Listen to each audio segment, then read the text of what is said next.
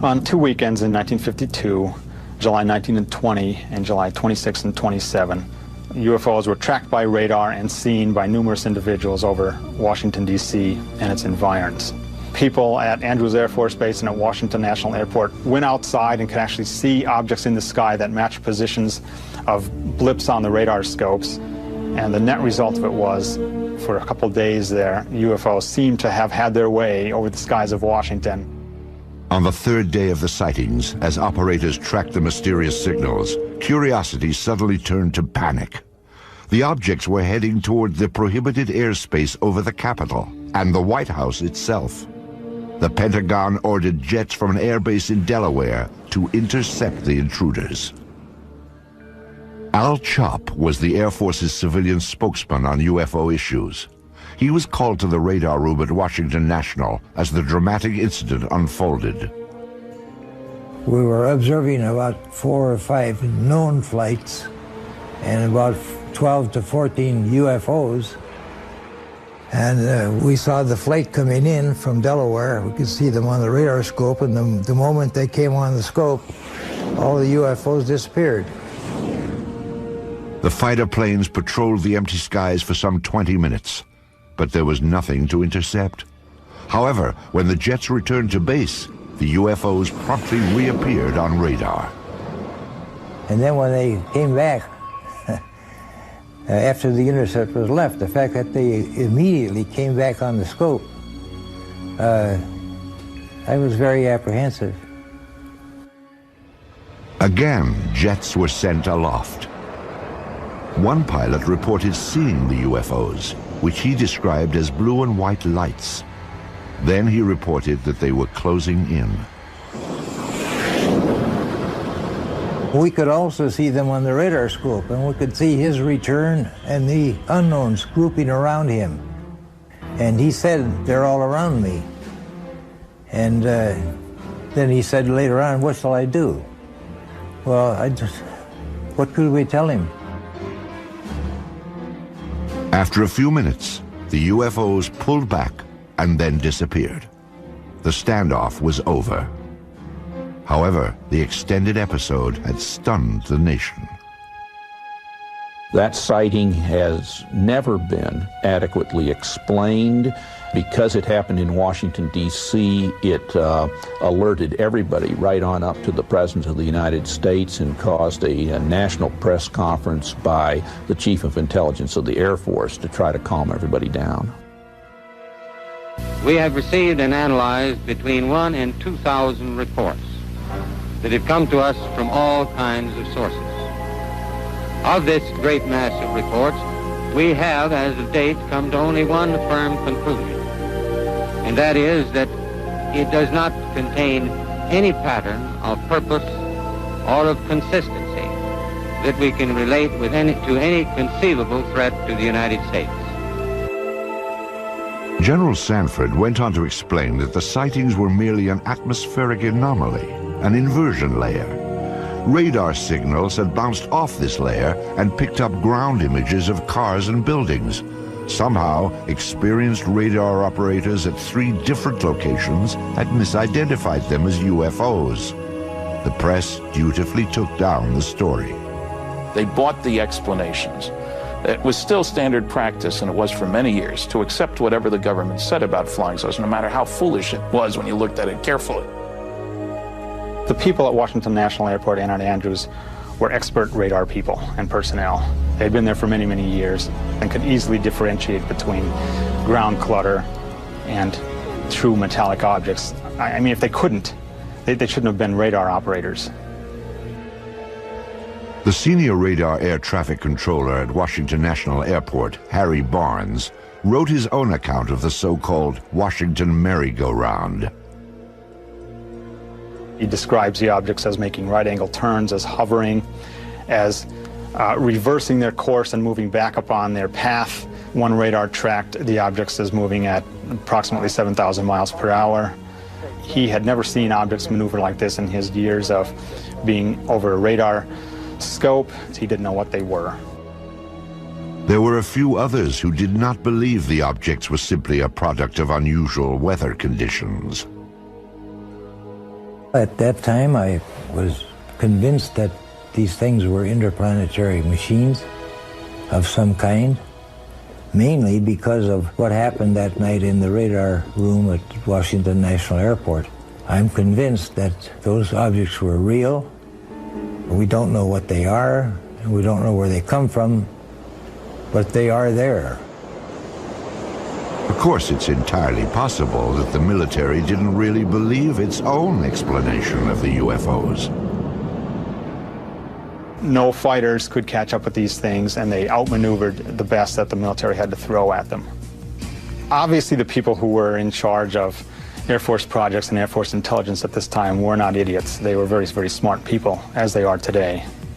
And I think they probably thought, once they appeared on Washington, oh my God, this is the holiest of holies. Now they're hovering around the White House and the Capitol. What can we do? Well, the answer turned out to be that they could do absolutely nothing. But it probably had to provoke a whole lot of consternation in the official quarters. But I can't believe that they wouldn't have been interested in, at some level, trying to find out what is going on. It's a national defense concern. There was a technical report that said it's the most classified subject in the United States, even more so than the H-bomb. That's going pretty far. That's taking it very seriously.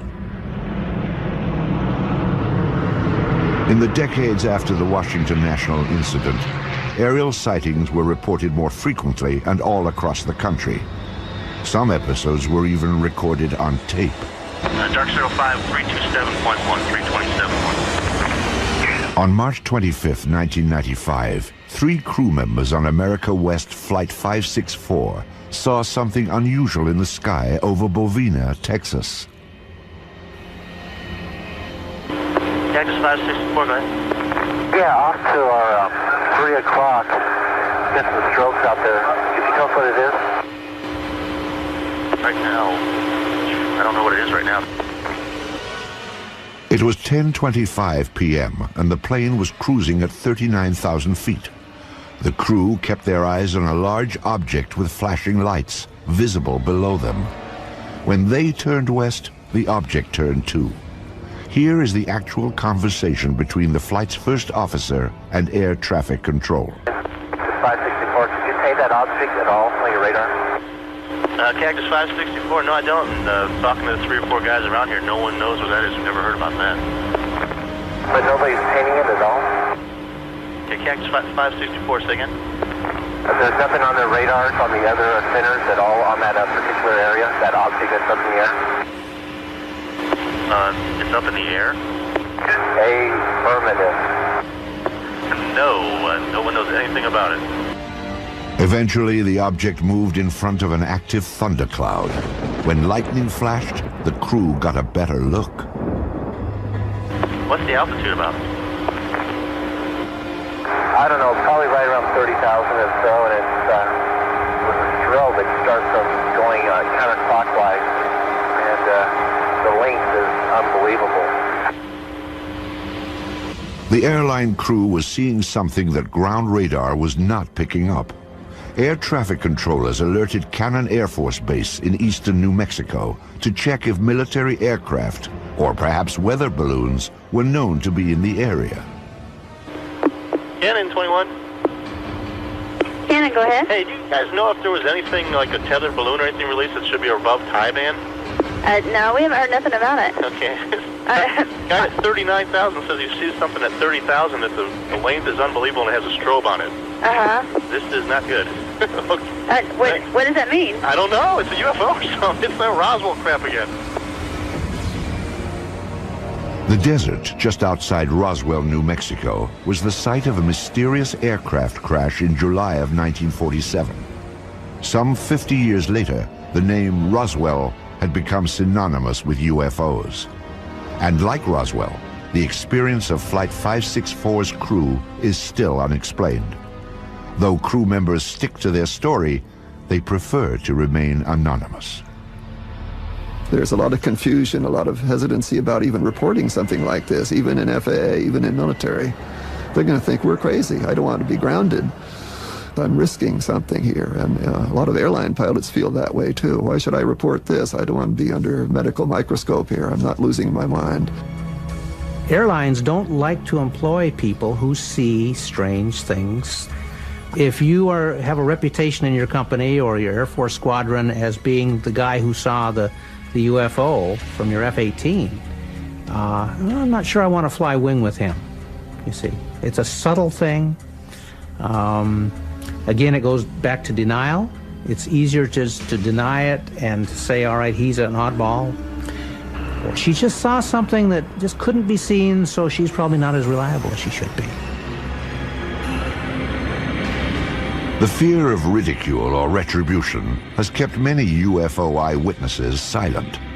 Still, some do step forward, at times with extraordinary revelations.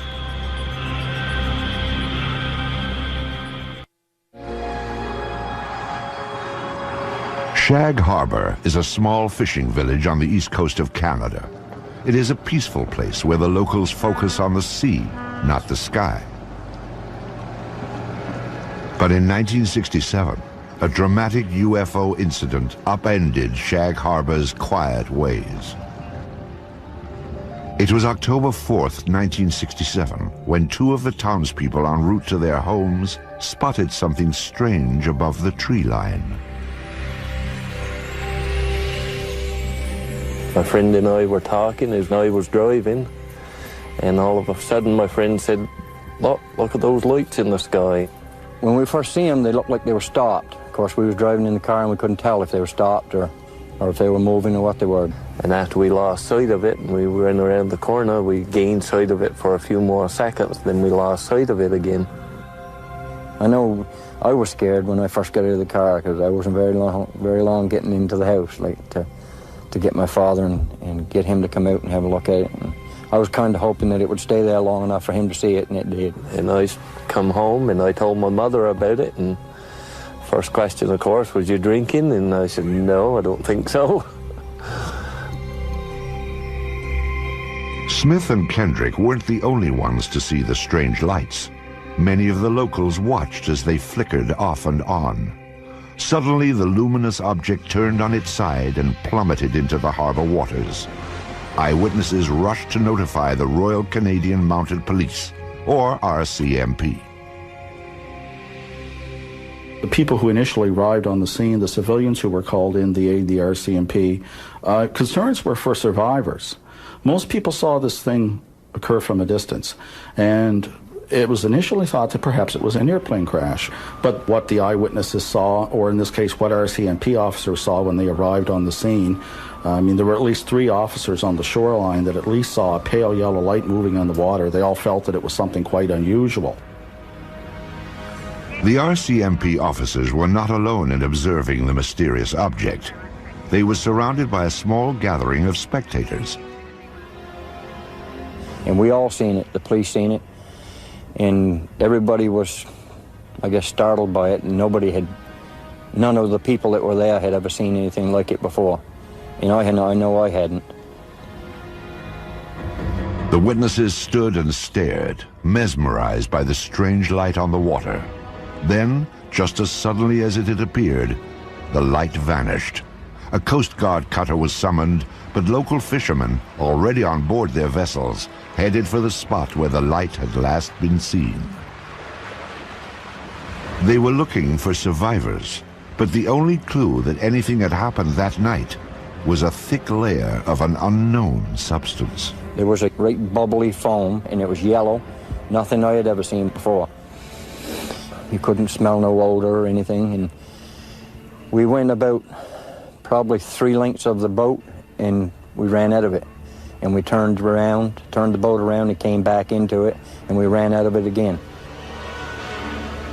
The foam, like the lights, eventually disappeared. When it was obvious there was no further sign of distress, the search ended for the evening.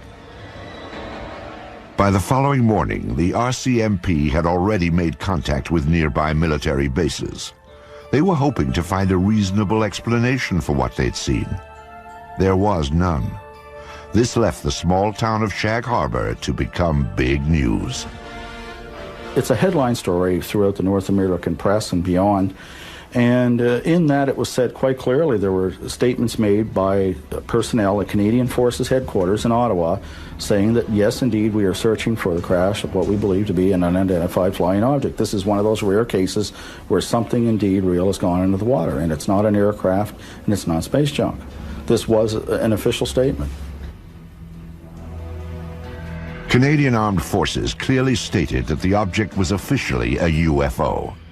But the question of where it went after hitting the water was still a mystery. Canada's Department of National Defence was determined to find out. Military authorities ordered an underwater search. Within hours of the sighting, a Navy diving team was bobbing off the shores of the tiny fishing village, scanning the harbor bottom for debris. Meanwhile, Shag Harbor residents were stunned by what was happening in their small town. Those who had been the first to witness the lights were quickly gaining notoriety. Everybody teased me a lot about seeing Martians and all this stuff, but I believe I see something. I did see something, there's no question about that. And what it was, that I don't know, but it was something. It was definitely something. The people of Shag Harbor had no expectations. Roswell, although it occurred in '47, did not become, a story and a case until almost into the '80s, at least until '78. And they weren't influenced by that. Shag Harbor stood alone.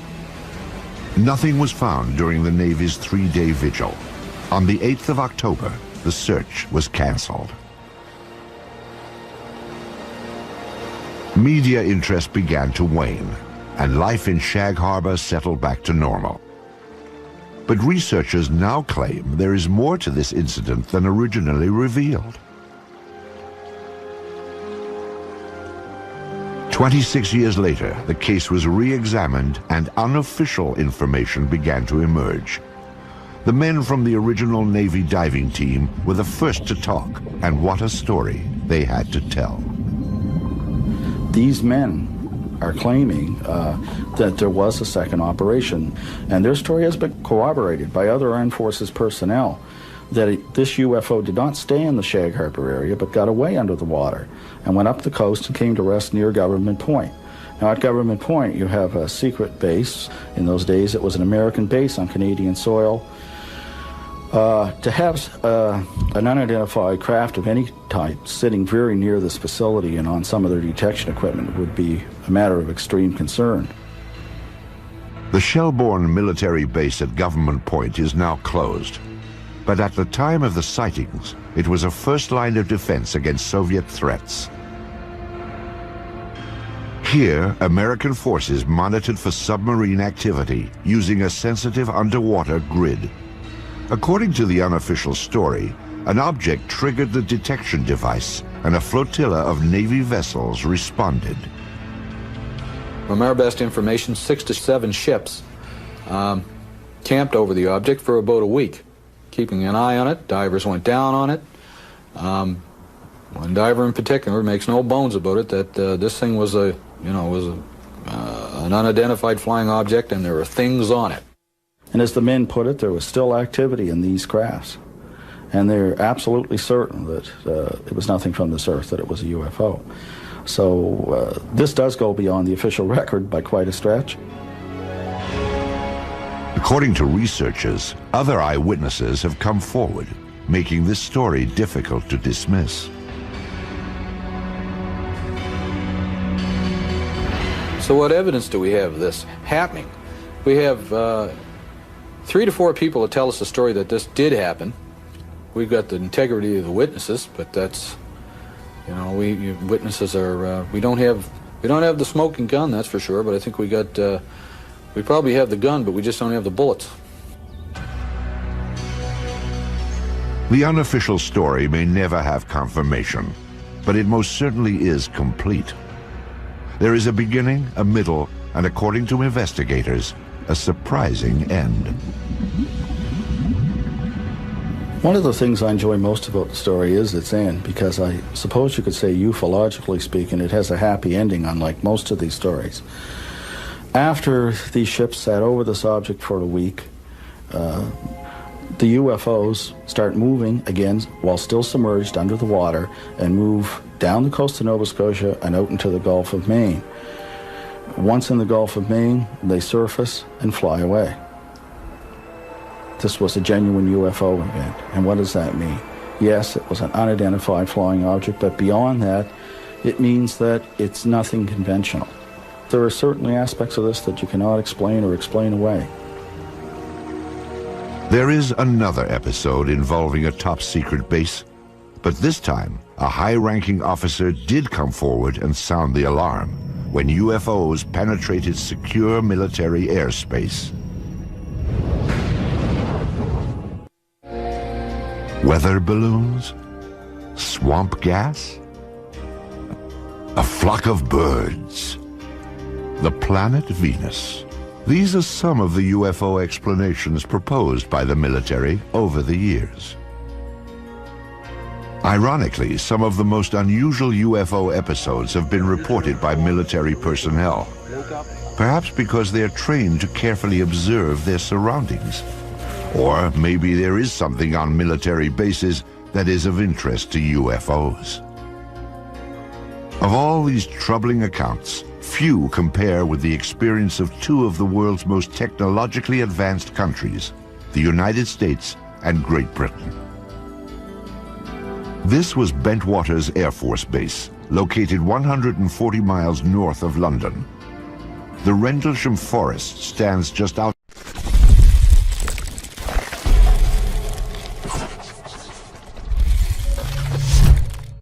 the base. Bentwaters is now abandoned, but before the Soviet Union broke apart, it was a hub of top-secret activity. This was a joint base, shared by both the United States Air Force and England's Royal Air Force. It was also a place that played host to some of the strangest sightings ever reported. I think the Bentwaters case is sort of a mainline, hardcore UFO case because it involves intelligent, educated people who are used to dealing with high technology. They're guarding it and securing it on their own base. They know aviation, they know weaponry. With security police who are trained to be good observers, they have to write all kinds of reports and defend what they say. And these people were puzzled, totally baffled by what they observed. During the Cold War, Bentwaters was the largest tactical fighter wing of the free world. Perhaps its most noteworthy period came in December of 1980, when both the military and the local townspeople watched a dramatic UFO episode unfold. Some say it even rivals the Roswell incident of 1947. It was a cool, clear winter night, when suddenly unfamiliar bright lights were spotted in the sky. They sort of went up and down and moved sideways. They went this way and that and moved about. And this was fascinated. So I opened the front door and walked out into my front yard and to get a better view. And because my house was right at the end of the runway. So I stood there looking at them and I thought, it can't be aeroplanes because I'd landed in the forest. Suspicious activity around the top-secret Bentwaters Air Base was always closely monitored. That night, neighbors could tell that they were not the only ones to experience the unusual episode. I stood there for a few minutes to see if anything else would happen, and I could hear the commotion on the base. The wind was in that direction. I could hear people shouting, calling, and vehicles start up, and I wondered what the commotion was. 3 military patrolmen had also reported unfamiliar lights shining from within the forest. They requested and received permission to investigate beyond the base perimeter.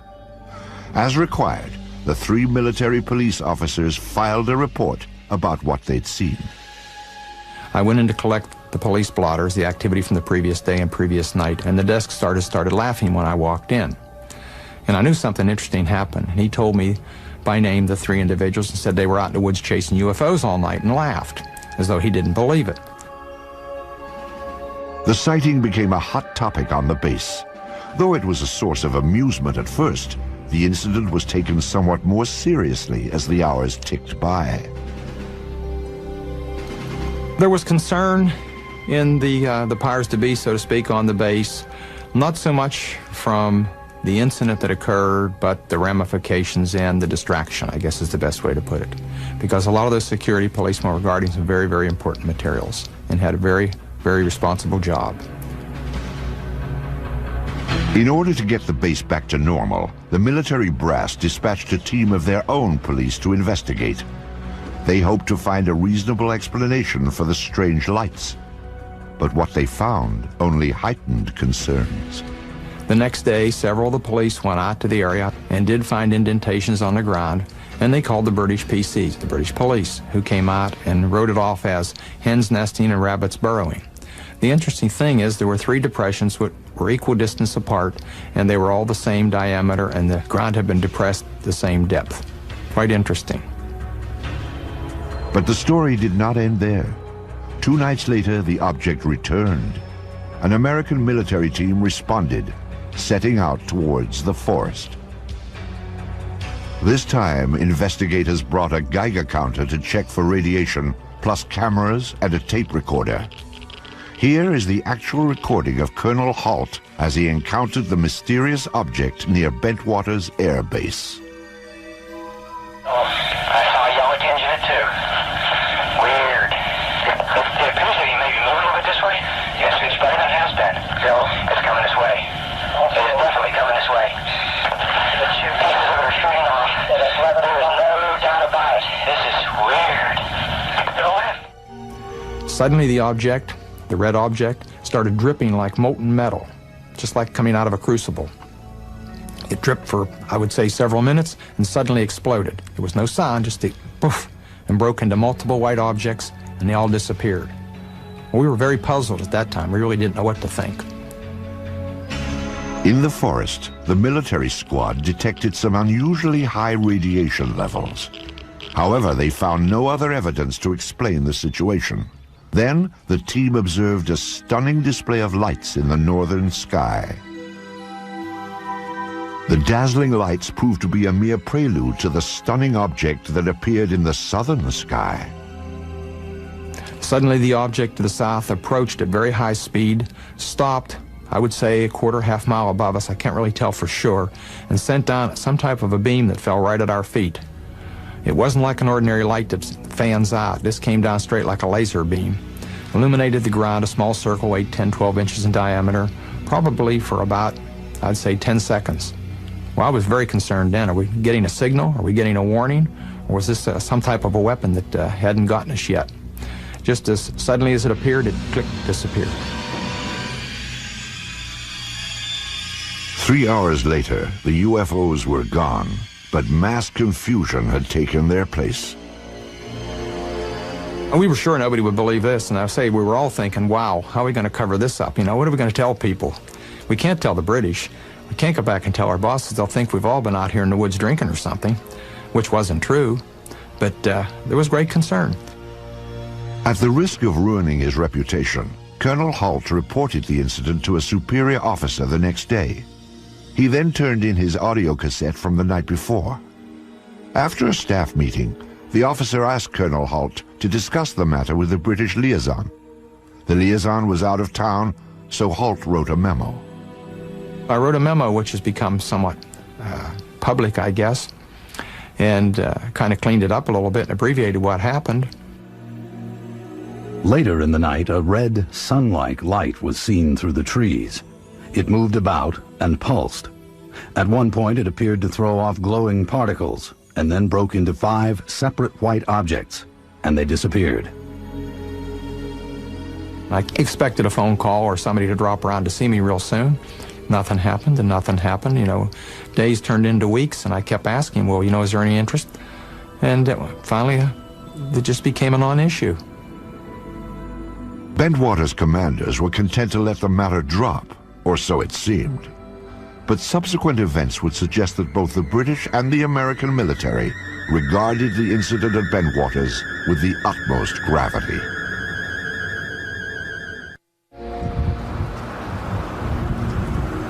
Shortly after Christmas in 1980, a series of bold UFO approaches apparently challenged the security of a top-secret airbase north of London.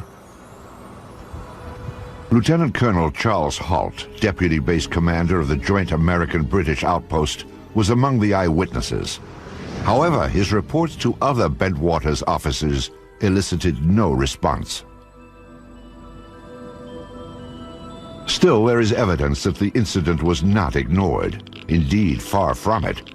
The local townspeople were among those who noticed a change around Bentwaters. I had customers come round to my garage who were military men. I asked what was going on, and they said, well, they weren't allowed to say.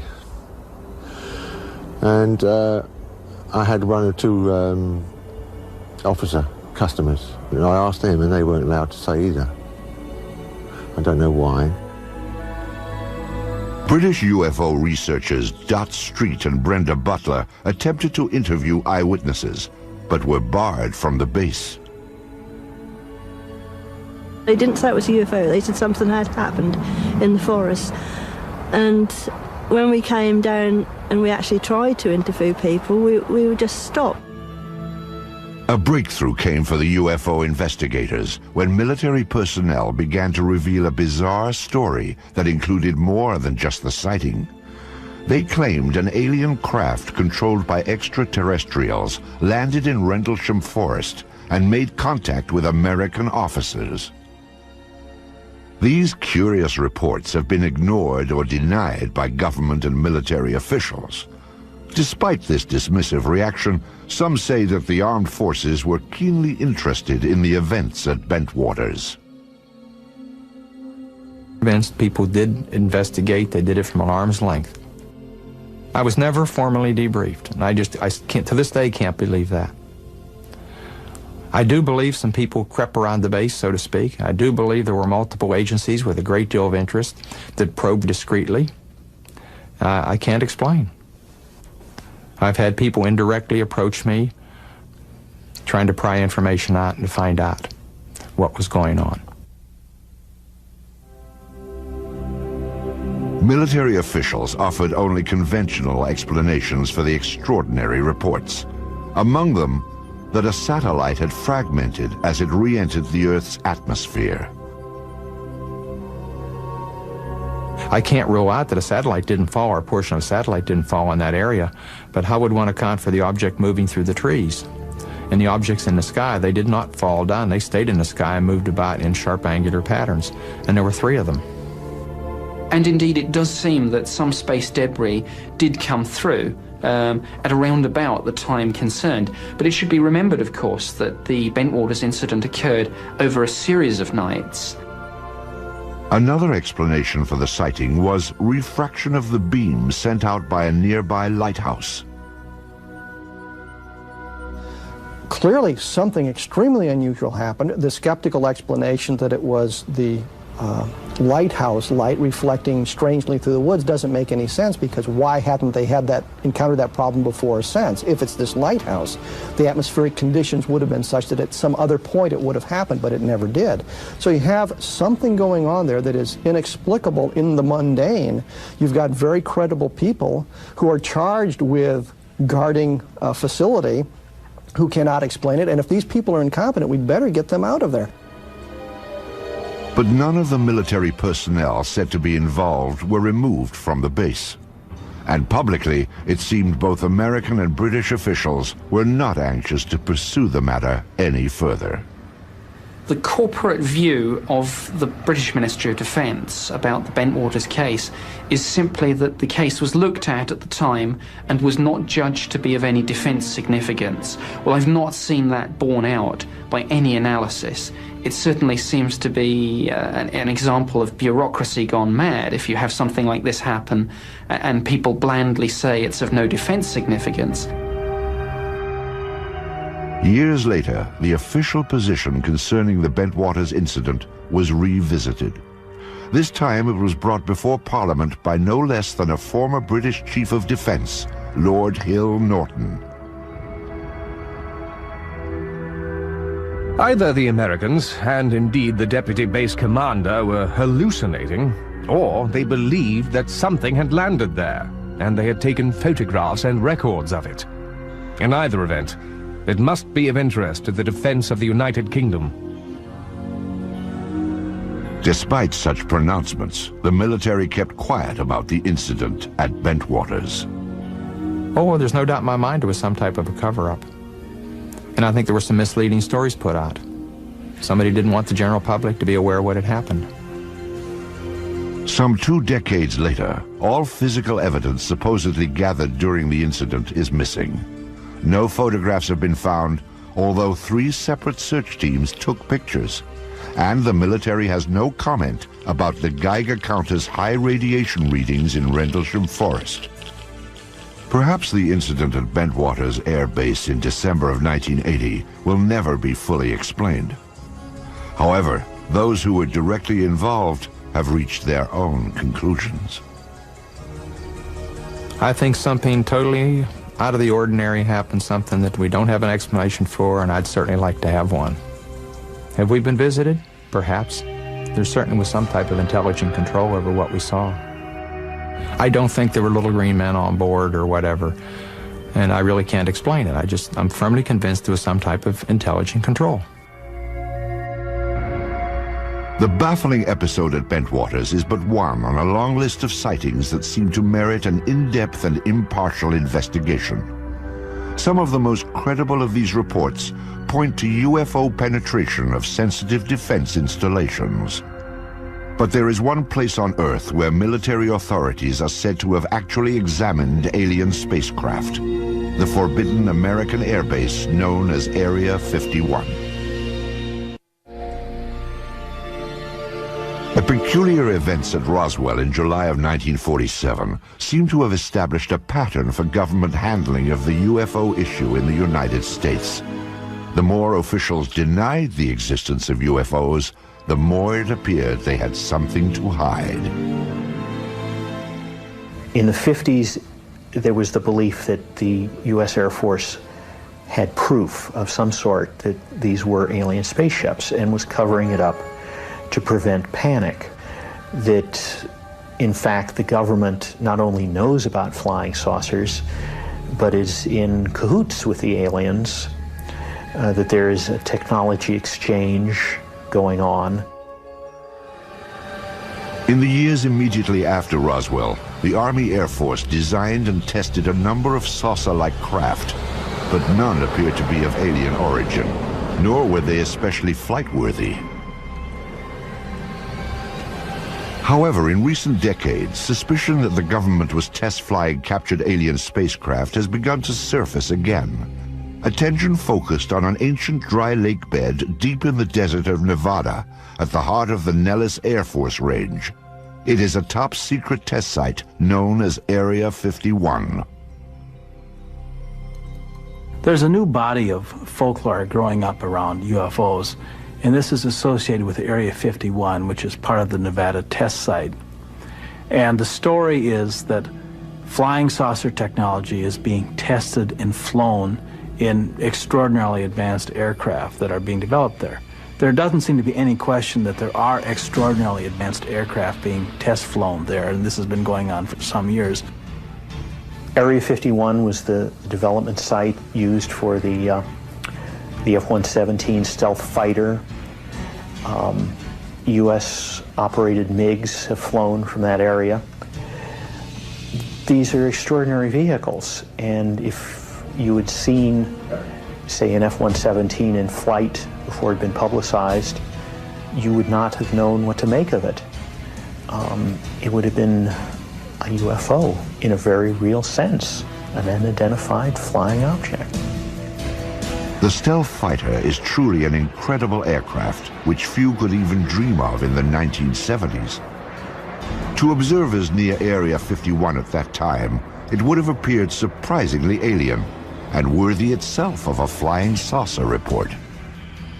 What's really interesting is that as long ago as 1947, people were reporting the boomerang-shaped UFO, which now looks very much like what is being flown as part of the stealth technology. It is interesting that certain kinds of aircraft that undeniably exist look very much like what people reported as UFOs for many years. Some believe that the source of such technology is alien. If it is, then many trace the source back to Roswell in 1947 and the government's supposed cover-up of the spacecraft that crashed there. The sensational UFO stories associated with Area 51 have made this remote site a mecca for the curious. Visitors to this spot are monitored from the restricted airspace above and by ground vibration sensors that detect their unwelcome approach.